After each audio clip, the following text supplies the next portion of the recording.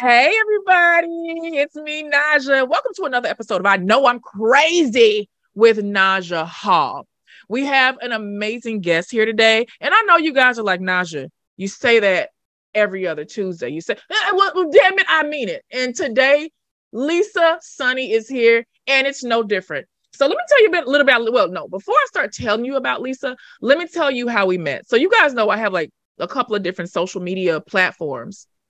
Some are for people in blended families. Some are for stepmoms. Some are people who just love weaving makeup. You know, I talk about all the things online. And I met Lisa on my stepmom page. And as Lisa just finished saying, we were talking before we recorded. Lisa was like, man, Naja, me and you are supposed to hate each other. Like we're on completely different opposite sides of the field. You know, Naja's a stepmom, and Lisa, I can't even call her a bitter mom because she is not. This is about to be a healing conversation from a healed person, but she is able to speak to us from a pain place in her experiences. So that's not even her bio. Let me just read you guys her bio so you can see how amazing this person is. Lisa is a survivor of domestic assault and narcissistic abuse. Her firsthand experience has led her to exactly where she is today, a certified life and relationship coach who helps clients of all genders and from all walks of life overcome challenges stemming from traumatic partnerships. She specializes in overcoming trauma bonds and helping individuals heal from the pain while building unshakable self-love. Lisa is the author of the Trauma Bond Recovery Journal, the Self-Love Reflection Journal, and the Trauma Bond Recovery Course, a 12-week online course that guides you through the exact steps to break free from those abusive cycles. And you all know what? Let me pay some bills real quick. Right after this dance break, Lisa is about to come here and teach us about all of the things. I know I'm crazy. I know I'm crazy. I know I'm crazy. I know I'm crazy. Naja Hall. Lisa Sonni. Hey, girl. Hey. Hey, how are you? I am fangirling out first and foremost because, you know, like, y'all, Lisa, how many followers do you have on TikTok? I mean, who's counting? But Lisa, do you have like hundreds and hundreds and hundreds of thousands? Like, you have 536,000. But who's counting, right? Who's counting? Lisa, you're TikTok famous. Okay. I did not start this account to become TikTok anything. I just was documenting my own process of divorcing a narcissist, and the rest is history. Here we are. So I had, you know, obviously I have all the same questions. I've watched every video on Lisa's page, and guys, all of her links are going to be down below. So if you're listening to this and you just scroll down below, I want you to go and look at her pages and these links as we're speaking. But for those of us that aren't familiar with what happened and the true backstory, first of all, Lisa, everybody says that they've divorced a narcissist. Everybody says my ex is crazy and this and that. How do you know that you actually divorced a narcissist? You know what? I have a very strong opinion on this, and it's a very good question. Okay. Mostly the answer is it doesn't actually matter. You think you're divorcing a narcissist because what you are doing is divorcing an abuser. And so the title, the label narcissist doesn't matter. However, on that note, when people say I'm divorcing a narcissist, my ex is a narcissist, they're not diagnosing someone with narcissistic personality disorder. What they're saying is your behavior aligns with someone who has narcissistic personality disorder. So it's sort of like if it walks like a duck and it quacks like a duck, it's a duck. So stick a fork in it and it tastes like a duck. It's a duck. That's just that simple. So I don't believe that the word is really overused. I think that people are using it in a context of describing a set of traits and describing a set of behaviors. They may or may not be an actual narcissist. Narcissism exists on a spectrum. So they're probably talking about someone who's highly narcissistic. Narcissist. You know, so you have a major platform. And I always like to ask the people, because you're talking about something that's very you're being so vulnerable about a pain point in your life that involves a pain that someone else created. I have to ask, how does that other person respond to your massive platform and your following and the fact that you're saying, hey, I was married to a narc? Well, with multiple cease and desist letters that I file under G. And for those that don't catch that reference, G is garbage. File 13. They know, Lisa. We call it file 13 over here. Send the letters, baby. Done. File 13. G. I know exactly where they go. Exactly. Yes. But more importantly, I would say, what really happens is that in true narcissistic fashion, they don't do their own dirty work and they send flying monkeys, often the new supply. And in my case, that's my experience. Damn. The flying monkeys. Talk about flying monkeys. What the hell is a flying monkey? Is it a monkey that flies? It is a monkey that flies. So flying monkeys is a term that actually stems from the Wizard of Oz. And it is the monkeys that do the witch's bidding, regardless of how she treats them. And so these are people, they're not just supporters of the narcissist. A flying monkey is someone who targets the narcissist's victims and does their bidding on their behalf. So they're actually participating in abuse. Is a flying monkey a weak person? Are they, because I typically think there's a certain type of person that would get caught up in doing someone else's dirty work. It's easy for a new partner to become a flying monkey, but what are the characteristics of the flying monkeys? Well, this is my subjective take on that, is that there's probably some mental health issues. I don't necessarily mean diagnosable disorders, but certainly someone who's unhealed and got their own traumas. Someone who is easily influenced and jump on the bandwagon of someone else. I made a video very early on about, it's just so shocking to me that a person can be so committed with such gusto and passion to someone else's lie when you weren't there. So it surprises me. I understand believing your spouse. Rightly or wrongly, I get it. Believe your spouse. But where you flip the corner for me is in becoming a flying monkey, in that you are so passionate about what you've been told that you will take time and hours out of your day to target someone that you've basically likely either never met or really don't know. And you ignore evidence in your own life of what's really going on. But there's, especially when you're talking about a new supply, there is an importance that if that new supply is to acknowledge like what maybe his ex is telling the truth, then they have to face that they are in fact also being abused. And that's a lot to face. That's a lot to face. How long did you face it? I faced it for 9 years. What made you wake up? The reality is what made me wake up was we separated and the physical abuse got worse. And we were in marriage counseling and the therapist said that she had to stop seeing us because the physical abuse was getting worse. And she felt that therapy was the main contributing factor. And not only did she stop seeing us, it was so bad, what we both described, that she actually contacted Children's Aid and filed a report because they were witnessing abuse rather than they were themselves being abused. You got to contact aid when it happens in front of the kids, because now it's a family matter. Yeah. And it was a real catalyst for me in contacting police and everything just moving forward. It was a real, an awakening and a moment of realization for me that it is that bad, that third parties are now looking at me, questioning my ability to be a mother, because are you really protecting your children? And that I'm even getting chills just thinking about it. And I had to do more. You had to do more. When your motherhood is being antagonized and attacked because you yourself have become a victim, people will start to blame I'm not going to say the woman, because it's not always the woman. Sorry, guys. I'm working on being inclusive. People will start to victim blame. Mm-hmm. Did you find that, and this is an interesting thing, especially when we're in situations where we're talking about domestic violence or emotional, any type of abuse, how was he with rallying the troops on your side, like your side of the family, your friends, your loved ones? So narcissists have a very good ability to do that. Having said that, I was quite lucky that his attempts were complete failures. He couldn't even rally his own friends. Family, yes, but not his own friends. Okay. We have a few people, because I get these emails, you guys, everything single thing that you send me, I always make sure I read. And we get some heartbreaking, heart-wrenching emails from people that are in abuse situations that maybe don't want to categorize their partner, or hopefully soon to be ex-partner.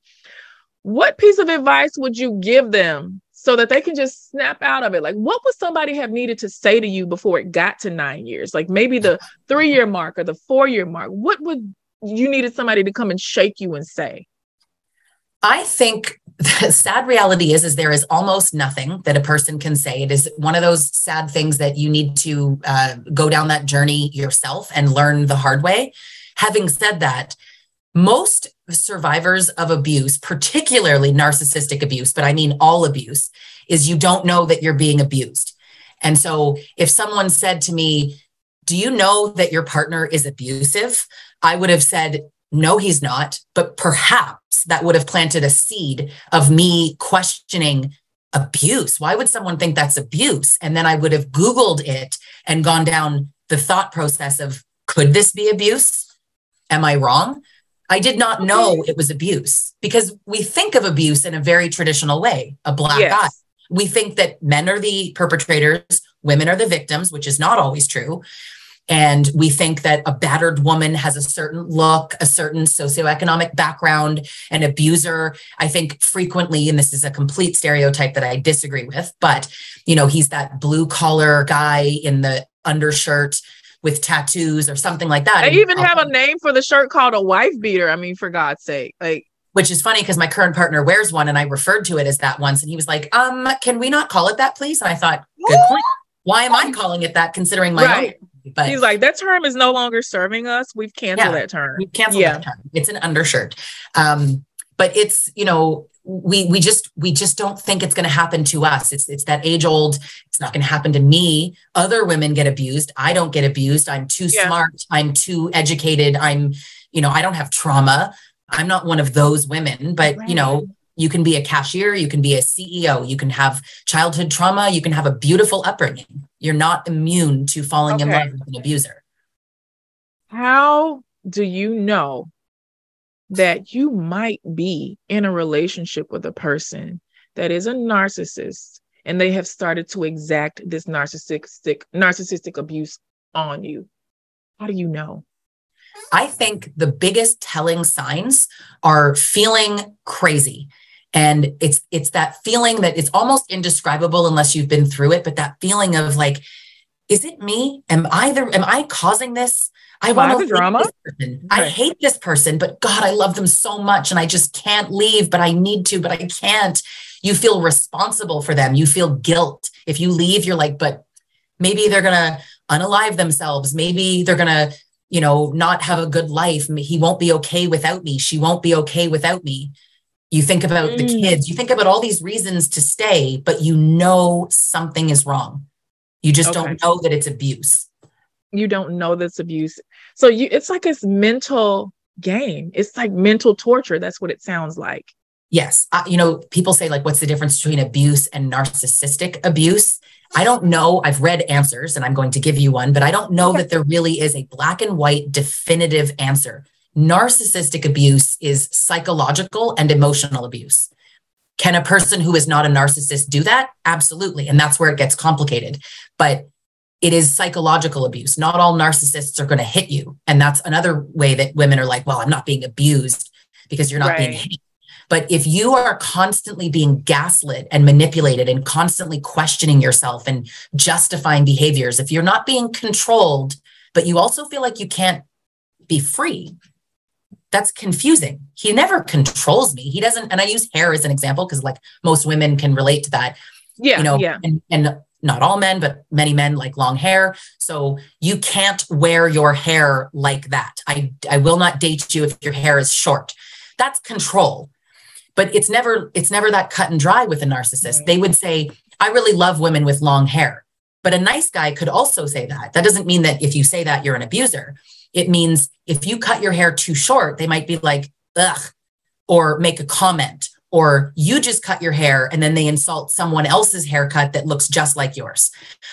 So it's incredibly subtle and covert. Particularly if you're talking about a covert narcissist. There are some that are much more overt, but the ones that everybody talks about online are the covert ones that just trick you. So they just like sneak in your psyche and plant those little seeds, and they don't even have to lift their hand. They don't even have to say words. They got you under control. Yep. So there's a lot of people, Lisa, that listen to this podcast that are newly single, they're divorced, they're out there once again for the first time in a very, very long time. And the thing that you and I want them to avoid is coming in contact with somebody that could potentially abuse them or take advantage of them. Some ways to tell, like when you're meeting a new person, and guys, this doesn't mean go and demonize everybody's being a narcissist, okay? Because you got to do your own research. You have to give it time. But I've truly met some people, like within 5 minutes, I'm like, oh yeah, this person is disordered, and I don't want to learn anymore. I feel like in school, Leisha, they should have taught us how to recognize these mental illnesses and these personality disorders. There'd be a lot less broken families, I feel like. Agreed. So like, what are some of the ways we can recognize that this person has a potential to do me a lot of harm? So it's very subtle, and hindsight is 2020. So there's a lot that we being survivors know now that we didn't know then. So it's hard. If you don't know, you don't know. What can you do? Yeah. But I want them to avoid having to become a survivor. I just want them to. Yeah, it would be great if we could avoid it. And the best attempt at avoiding it is slow down. And that's when you're in a relationship, a wonderful relationship, in narcissistic abuse, we call it the love bombing, but in non-abusive situations, it's called the honeymoon stage. And it's romantic and beautiful and happy. You're falling in love and you're missing all the signs because you're not paying attention. You're caught up with physical intimacy that might start too soon. You're caught up with like, but he's so sweet, or she's so romantic. She's the nicest person I've ever known. And you just, all I'm saying is feel the feelings, but just don't move in with them. Don't lose sight of what you're looking for. So when anyone is dating, abused or not, you want to have a list of traits that you're looking for. And then you're looking for, does this person align with my beliefs? Not just, he said he is nice. He said he's a family man. Is he a family man? And what are the examples that you can think of that you have seen with your eyes, not with your ears, that demonstrate that they are, in fact, a family man, just as that example? Because, oh yeah, I'm really close with my mom, or you. But you've never seen mom. You've never seen him even call mom. Yeah. It's like, oh, I just talked to my mom. I'm not saying assume everyone's a liar. I'm just saying like, wait for evidence of things. And I, as a survivor, I understand the paranoia that can set in when you're dating, like, what if? And the sad reality is that if you have been in an abusive relationship. Does your partner share kids with a loony? Are your stepkids driving you up a wall?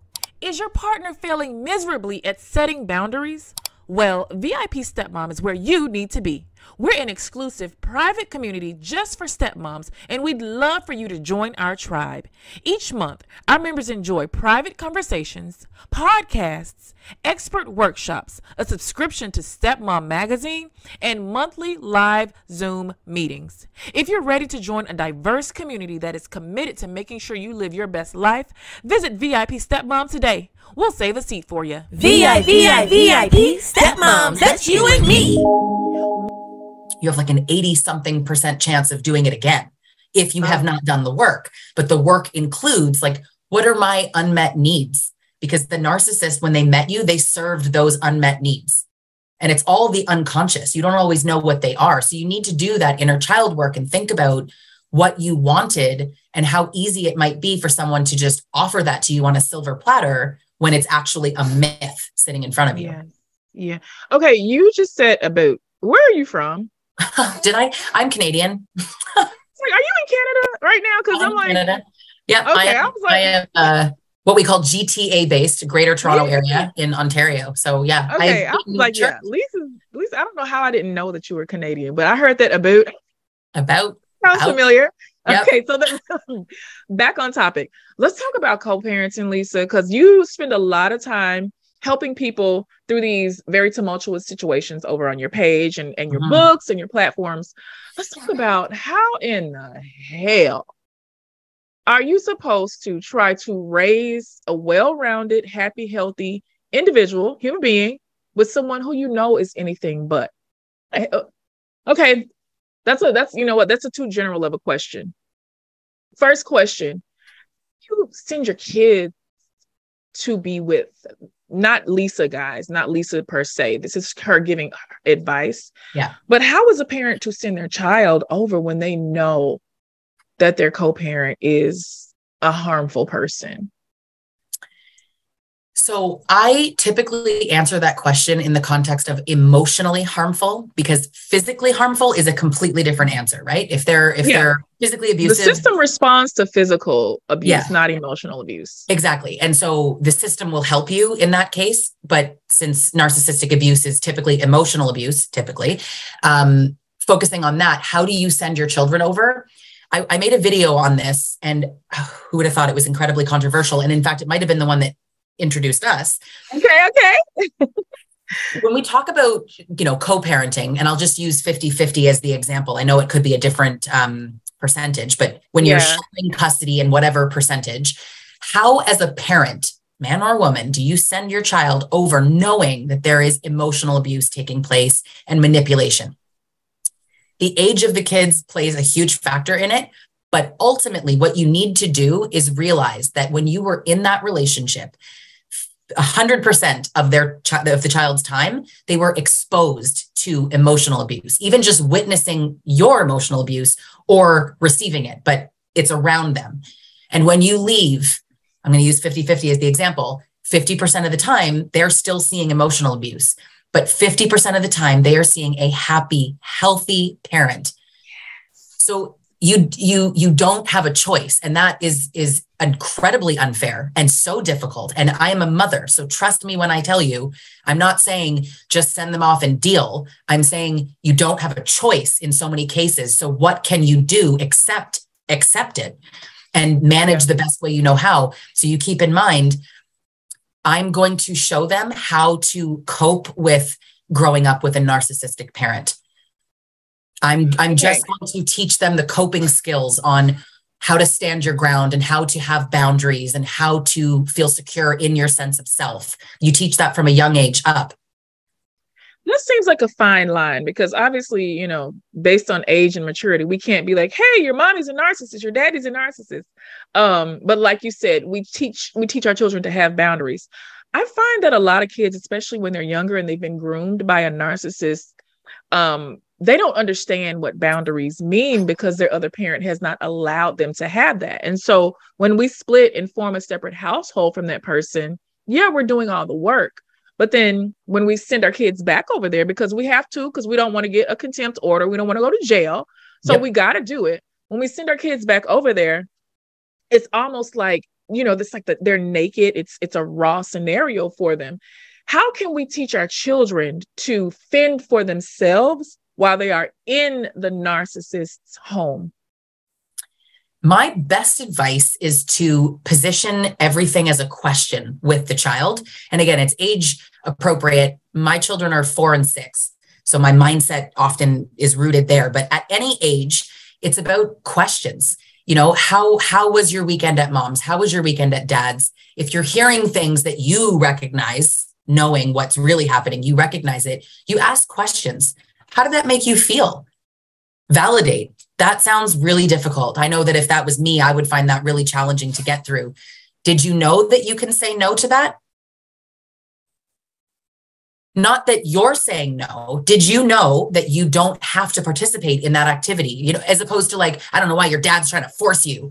Right. It's not about dad. It's about you. Did you know that you have the choice? You don't have to do that. You don't have to feel that way. Just acknowledging, just the acknowledgement that the behavior is not good, not the person, the behavior. The child is like, oh, I can say no to that. I can say no. It took me into my 20s to be like, oh, you could say no to your parents. There's a lot of us that are raised just thinking, do as I say, not as I do. So then what happens when you start to notice that the child is picking up on some of these tendencies of their imbalanced or unhealthy parent and they're displaying them? What's the best course of action for a parent out there that's like, oh my God, Lisa, I'm starting to see some of their mama in them or some of their daddy. What the heck do I do? It's terrifying. So first and foremost, narcissism is sort of, let's say, solidified around the age of 18, meaning at that point, there's nothing more you can do. It's set, assuming the disorder. But essentially what we're talking about, the underneath it all is empathy and accountability. Those are the two kind of main things that narcissism avoids. And so if you start to see, I don't know, manipulation or a little bit of gaslighting or a lack of empathy, a lack of accountability, it is about having conversations. Like, I noticed that I asked you to clean your room a million times and you're not doing it. Now, maybe they're being incredibly rude and dismissive about it or saying they did it when they didn't. Some of that's normal teenage stuff. Maybe that's not a good example. But when you start to see some of that behavior or rudeness or, just a lack of accountability, you might say, I'm noticing a lack of accountability in our home. And let's turn on the accountability button. And let's talk about that. What does accountability look like to you? What does that mean to you? And again, it's questions. You're asking questions. You're starting a conversation because kids don't want to hear their parents talk about anything and lecture them. So if you make it more conversational, more filled with questions, then they're telling you and they're giving you feedback. Well, I think accountability is this, or just like, I don't want to hear this, Mom. I am accountable. Yeah, but let's talk about what it is. Let's talk about what accountability looks like. What are behaviors that demonstrate your accountability, that demonstrate your empathy? Survivors of abuse, particularly with younger kids, such as myself, we're constantly looking at our kids. And as soon as a child displays a lack of empathy, we're like, they're just like their parent. Oh my God. But let me tell you something interesting. Narcissists are emotionally stunted as children. So they're behaving like children. So and remember that, because when you see your children acting like a narcissist, remember, no, the narcissist is acting like a child. So you can teach this. Empathy is taught. And that's the problem is with narcissists, they are not taught it at a young age. And then it's not possible to be taught later, which is a whole clinical psychologist should be the person explaining that. But it is to do they've been on this website and they have all sorts of different, I'm sorry, I said website. They've been all over this podcast so many times and they all have different opinions. Some people say it's curable. Some people, it's just, we've heard the gamut, guys, haven't we? But very rarely do we get to hear from a survivor, a thriver, someone that has said, that's no longer a part of my life. And now I'm making this my mission to teach. Mm-hmm. Lisa, I gotta talk about when the narcissist moves on with a new person. Mm-hmm. And that means your kid is going to have a new adult influence that shows them what it looks like to love and be in romantic partnership with their parent. Mm-hmm. And if we know that our ex is an abuser, I think it's probably pretty difficult to look at their new person with like anything but pity. You're like, oh my God, girlfriend or homeboy, I know what you're going to be facing. Is there ever a time when it's okay to, as a person that has escaped from that situation, to reach out to this new supply and be like, girl, escape, get out while you can? So the temptation, man, do I understand it. Now, I personally didn't have it for very specific reasons, but I get the feeling of wanting to warn the person. But of any of the reasons to not warn them, the most important is this. If I were told when I first met him that he was an abuser, I would have thought you're crazy. And the reason I would have thought that was because the narcissist told me she was crazy. So now she comes to me and says crazy things. And I'm like, see, you're right, babe. She is crazy. So what you're actually doing, you're warning, you thinking I'm, girl code or bro code. Let's, warn the new person. You are making it harder for them. You are solidifying a trauma bond. You are making him the lies that he spun. She's going to reach out to you. She's going to tell you all kinds of crazy things about me. You literally just solidifying a trauma bond. Damn. You're helping her be abused. So what you should do is just keep your mouth shut, walk away, see nothing, has nothing to do with you. It is unfortunate. It is so sad watching someone else walk into the fire and you're like, girl, your eyes are closed, open them. You can't help her. She doesn't see it. It's not possible. Narcissists kind of feel it on her own. They triangulate, right? They need to build this story of, well, I only treat you this way because my ex was crazy. And so I'm damaged because of her. So now I don't trust women. Meanwhile, he never trusted women. Meanwhile, he was always abusive, but he will pin it on you. And because it's now pinned on you, anything you do feeds into his story. And he's like, see, I told you. Yeah, I've been gaslighting her for 6 years and I'm not paying child support on time. And I did cheat on her. And she's sending me a pissed off text message. See, look, I told you she's crazy. And so let's talk about trauma bonds, because a light bulb just went off on my head. It's like, and guys, I hate to be general, but men do get carded as being the people that are diagnosed over women with a narcissistic personality disorder. We don't know if it's because they're actually going to see therapy. Like, we don't know I don't know why, but I know it's okay. What's the theory? Let's go. Yeah. Let's talk about that real quick before I ask my next question. Oh, okay. So my theory, because let's use statistics, which I will, as I say the statistics, will acknowledge that I don't necessarily believe that they're entirely true, but statistically speaking, 1% of people are diagnosed, but experts believe between 5 and 15% are undiagnosed actual narcissists. So let's go real. I believe that. I believe it too. But let's go 5%. Let's say it's about 5%. That's 1 in 20 people. But of the people, approximately 8% of that are men, and something like 4.5% are women. The reason I think is because men's narcissism presents a little bit differently. Yeah.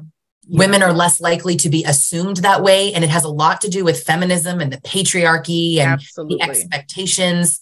So there's a lot that like feeds into that. I don't know that men are more narcissistic. I know that the statistics say that. Because I know a whole bunch of us out here that would disagree. I'm like, yeah, I believe it's probably even if I do believe it's probably even, but if it isn't, it's probably rooted in the patriarchy. But yeah.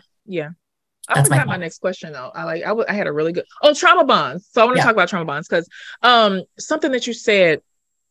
When I was a single girl, I would meet so many dudes and be like, "Oh my God, my ex-wife is crazy," or "My baby mama is crazy," and you being the new girl in the picture, you want to believe the person, and you're like, "This is a decent guy. Oh my God, that girl, it's her loss." And a lot of us don't realize that this man did spend years gaslighting this woman. He's treated her like the worst kind of human. He is intentionally, sometimes in some cases, made her a single mother only with the intention of leaving her down and out. And so then we're coming in thinking, oh, we got this new thing. This woman is hurt. She's angry, or even she's healing and just ignoring him. And he gets to play victim with us. And that does make you feel bound to your new partner, because you're like, oh, I feel so bad for him. He wants to be such a great dad, but the bitch is not responding. She's not responding because he literally, but these are the things that we don't see. And that really does help the trauma bond. Let's talk about the trauma bonds and what they mean and what they look like, and how do we know if that's a big portion of our own current relationships. Yeah, I think, when you really look at it, first of all, when you said my ex is crazy, like my skin just, but yeah. Listen, I have a crazy ex. Here we are, but I don't lead with that. Do you know what I mean? Like, I don't meet someone, oh my God, my ex is crazy. That comes out naturally through evidence, but to me, that's a huge red flag when someone says that right off the bat. Mm-hmm. But if you find yourself in a relationship with someone who seems too good to be true, he's amazing, and his ex is crazy, just think about how different those two perspectives are. I'm not saying break up with him. I'm saying take a deep breath, pause, and start looking, because there's a possibility that he is an abuser, because there is a possibility that she's telling the truth, and there is a possibility that she's a lunatic. And I get that. I'm just saying, be open to the idea that his ex-wife or her ex-husband is in fact a narcissist or an abuser or crazy. Mm-hmm. Mm-hmm. But also be open to the idea that your person is the one that drove them there, or they're just pissed off because this person set boundaries and has moved on with their damn lives and they want to demonize them. I love what you said in the beginning. I think a lot of us fall into victim mode, because if a person is truly narcissistic, or they present a lot of those traits, they do seem like a knight in shining armor. They do seem like the best woman that you've ever come across in your life. Like, oh my God, she's loving and she's nurturing and she listens to everything. Honey, she's trying to gather evidence, dummy. She's trying to find out what you like and what you need so she can go in for the kill. Yep. You know, we see that so much and it happens so much. I want to talk about your workbooks and your journals because you're hashing them out. And I personally love workbooks and journals. Why did you choose to that as opposed to writing like a novel or, you know, just why did you do that? And then tell us about the workbooks and journals. So I chose that rather than a novel because the novel would be based on real life, and real life is not something that I'm at liberty to discuss in detail. But really, I'll tell you, I started this because I did not know that I was being abused. I did not know that there was such a thing as a trauma bond. And even when I learned what it was, I didn't know how to break it. And listen, we all go on Google and TikTok and YouTube, and maybe we can afford therapy, maybe we can't, but you don't have all the resources and everyone's saying different things. So, let's cut through it. How do you break it? How do you get out of these relationships? And my brain just works this way where I'm like, what's step one? Because again, there's so much conflicting information. And it was just me writing down what my own steps needed to be. And then I was like, this is interesting. Other people don't seem to know based on me just having started a TikTok account, not a business. And other people also don't seem to know. So I was really just documenting how to, and I knew that it started with reflection. So a journal made sense to me that it was 12 weeks. And honestly, I sat in my bedroom one day and I said, okay, well, I wrote down 12 steps. So there's 12 steps and I can do that over 12 step every week. 5 questions per week, because you don't want to journal 7 days a week, or you probably won't anyway. So 2 days off, 5 questions, just basic. And it doesn't mean that you break it in 12 weeks, but in 12 weeks, you will learn how to break it. Healing is different for everyone, but it takes you through, the main 3 topics are education, but not just what is a trauma bond, but like, why are they so hard to break? And why did you find yourself in one? What is it about you? Not from a place of judgment, from a place of understanding so that you can break these patterns. So you want to educate yourself on abuse tactics, trauma bonds, the science behind them, the psychology behind it, cognitive dissonance. Then step 2 is listen to yourself. What are your unmet needs? What are the boundaries that you should have set or tried to set that didn't, quote unquote, work? Understanding grief, letting go of the potential of the whole relationship. So just listening to how you're feeling. The last step, which is my favorite because it's the level up at the end, which is build a future that they do not exist in. Even if you're still in the relationship, you have to envision and change your mindset and realize like, okay, you can't support yourself. They're the breadwinner. How can you support yourself? Sitting there saying, I can't support myself, that's not helpful. So how can you? Who can support you emotionally or financially? Who can help you? And if the answer is no one, then okay, you've sorted out that there is no one that can fulfill that for you. So it has to be you. So how can that happen? So you're building support for yourself. You're building this life. For me, it started with like, I wasn't ready to file for divorce. That was like cutting off my arm. But could I just make a phone call to a lawyer and just ask some questions? Not retain one? Can I just find out how much it costs to rent an apartment instead of rent one? Let's just do some research. Those steps, little steps. Those steps kind of make it real too. You're like, okay, so it brings up it's like, okay, you have the audacity of thinking these things are possible. Yeah. But you need to think that. You need to stop being like, I'm scared. I'm in a trauma bond. I'm stuck. You feel stuck. You're not stuck. You think you're stuck. You can change that. I love him. No, I think I'm in love with him. I can't leave. No, you feel like you can't leave, but you're learning how to leave. You're learning how to be a little bit kinder to yourself. You don't know how yet. You can't leave yet. We can't all just leave tomorrow. And when people say just leave, I mean, man, does that bug me because most of us can't. Yeah. Because they question us to not be able to. So one of our favorite guests on this podcast is Judge Anthony Bumpiani.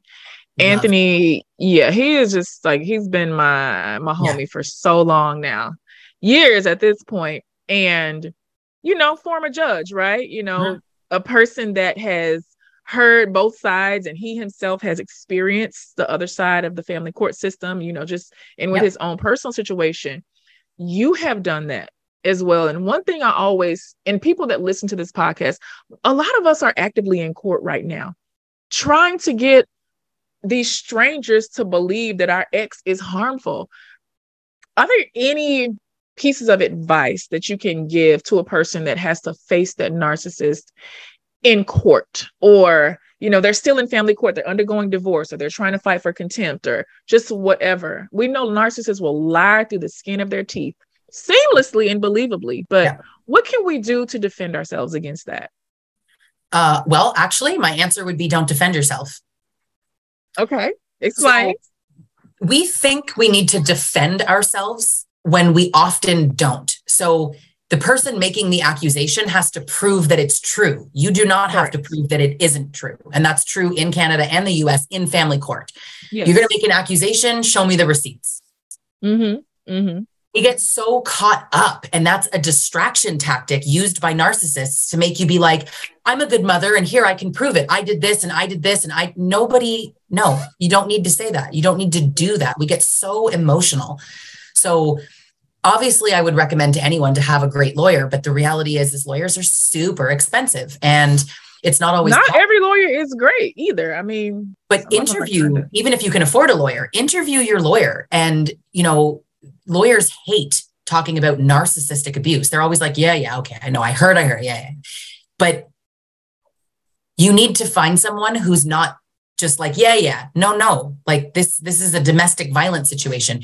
I don't use the word narcissism in family court. That's ridiculous. Right. But you want to show behaviors and with evidence, as in dates and times of specific circumstances that have negatively impacted the co-parenting relationship or the children. Boom. It doesn't matter that you were abused. And that's a tough pill to swallow, because my abuse is very important to me, but it is not important to Judge Anthony, who I love. But in his role in family court, it is not for him to feel for me. He is there to facilitate an arrangement for the children. And so it is up to me to demonstrate that it would not be healthy for my children due to these examples. So don't defend yourself. Don't get emotional. And it is the most emotional thing in the world. You're fighting for your children. You're fighting for your life. And I say, don't get emotional. But you have to take a deep breath and find a way to push through and always look at, I'm doing this for my children. You want to post on social media that your ex is a narcissist? He can take that to court and use it against you. Don't do that. He's 100% going to do that. But we get all like, well, you can't silence me. See how you're focused on you? It's not about you. Do you want to tell your story, or do you want to have custody of your children? What's more important to you? And everyone would answer, well, my children. Right. So shush.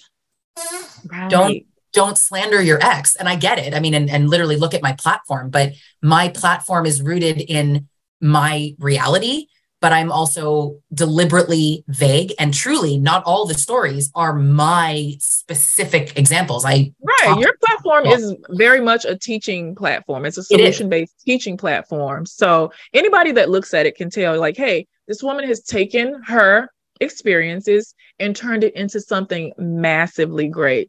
Oh my goodness, Lisa, I feel like I can talk to you for like another 30 minutes, but I promised you that I wouldn't hold you all day. So we're probably going to have you come back for a part 2. But until then, can you tell everybody, and I know I'm crazy with Naja Hall world, where to find you? Yes. I am everywhere these days. So I started on TikTok, Stronger Than Before. I'm on Instagram as Stronger Than Before Coach. I'm on YouTube as Stronger Than Before. I'm on Facebook as Stronger Than Before. I'm all over. And my website is strongerthanbefore.ca, not .com, because I am Canadian. And there is where people can read more about the 2 books. The other book, the Self-Love Reflection Journal, it works in a similar way in terms of the process and the questions, but it really brings out that self-love post-abuse, because we lose ourselves in the relationship. So you learn how to rebuild yourself or build yourself, right? We don't always have a sense of self. True. Or learn more about the Trauma Bond Recovery course. That's the digital, I would call it the expanded version of the journal itself, where it really digs into and gives you the education. So you can kind of do them both then together. Like you can do the course and do the journal. The course and the journal works really well together. It's not mandatory to do together, but it is excellent. Sounds like we should get them both together, guys. And listen, let me tell you guys this. You all know when you listen to this podcast, I don't care when you listen to it, where you're at, I want you to stop what you're doing and go to Stronger Than Before. And I love the fact that all of your brands have the same name. Like, I'm such a hot mess. My stuff is like all over the place. But Lisa has made herself very easy to find for us, guys. So when you go, you listen to this, make sure you tell her that you heard her here. And now Lisa is officially inducted into the I Know I'm Crazy Hall of Fame, because she is crazy just like the rest of us. Yep. I am Naja Hall. I am your host, and I will see you guys every other Tuesday. I Know I'm Crazy with Naja Hall. Please listen everywhere your favorite podcasts are streamed. I'll see you next time.